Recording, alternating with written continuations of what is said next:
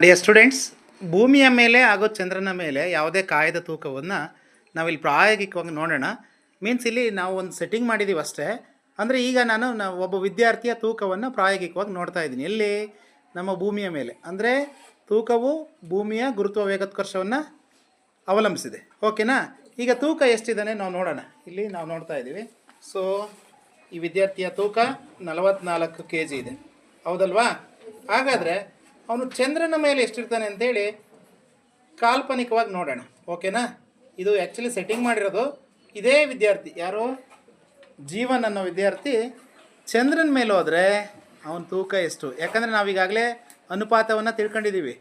ಚಂದ್ರನ ಮೇಲಿನ ಯಾವುದೇ ಕಾಯದ ತೂಕ ಇಷ್ಟು ಭೂಮಿಯ ಮೇಲಿನ ಯಾವುದೇ ಕಾಯದ ತೂಕ 1:6 ಅಂದರೆ 1/6 ಇರುತ್ತೆ. ಓಕೆನಾ? ಹಾಂ, ಓಕೆ ಜೀವನ್ ಕೆಳಗಿಳಿ. ಈಗ ಚಂದ್ರನ ಮೇಲೆ ಎಷ್ಟು ತೂಕ ಅಂತ ನೋಡೋಣ ನೀನು. ಹಾಂ, ಈಗ ಜೀವನ್ ಚಂದ್ರನ ಮೇಲಿದ್ದಾನೆ ಅಂತೇಳಿ ನಾವು ಕಾಲ್ಪನಿಕವಾಗಿ ಯೋಚನೆ ಮಾಡೋಣ. ಸೊ ಈಗ ಜೀವನ್ ತೂಕ ಚಂದ್ರನ ಮೇಲೆ ನಿಂತ್ಕೊಂಡು ನಾವು ತೂಕ ಹಾಕಿದರೆ ಜೀವನನ ತೂಕ ಎಷ್ಟು ಬರ್ತಾ ಇದೆ ನೋಡಿ, ನೀವೇ ನೋಡಿ ಹೇಳ್ಬೋದು ಮಕ್ಕಳ. ಎಷ್ಟು ಬರ್ತದೆ? 7.4 ಅಂದರೆ 7 kg 400 ಗ್ರಾಮ್ ಹತ್ತತ್ರ ಅದು ಫ್ಲಕ್ಚುಯೇಷನ್ ಆಗ್ತಾ ಇದೆ. ಹಾಗಾಗಿ ನಾವು ಒಂದು ಕನ್ಕ್ಲೂಷನಿಗೆ ಬರ್ಬೋದು. ಏನಂತ? ಒಂದು ಕನ್ಕ್ಲೂಷನಿಗೆ ಬರ್ಬೋದು.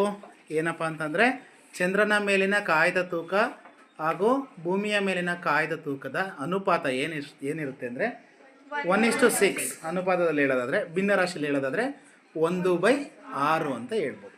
ಓಕೆನಾ? ಅರ್ಥ ಆಯ್ತಾ? Very good, thank you.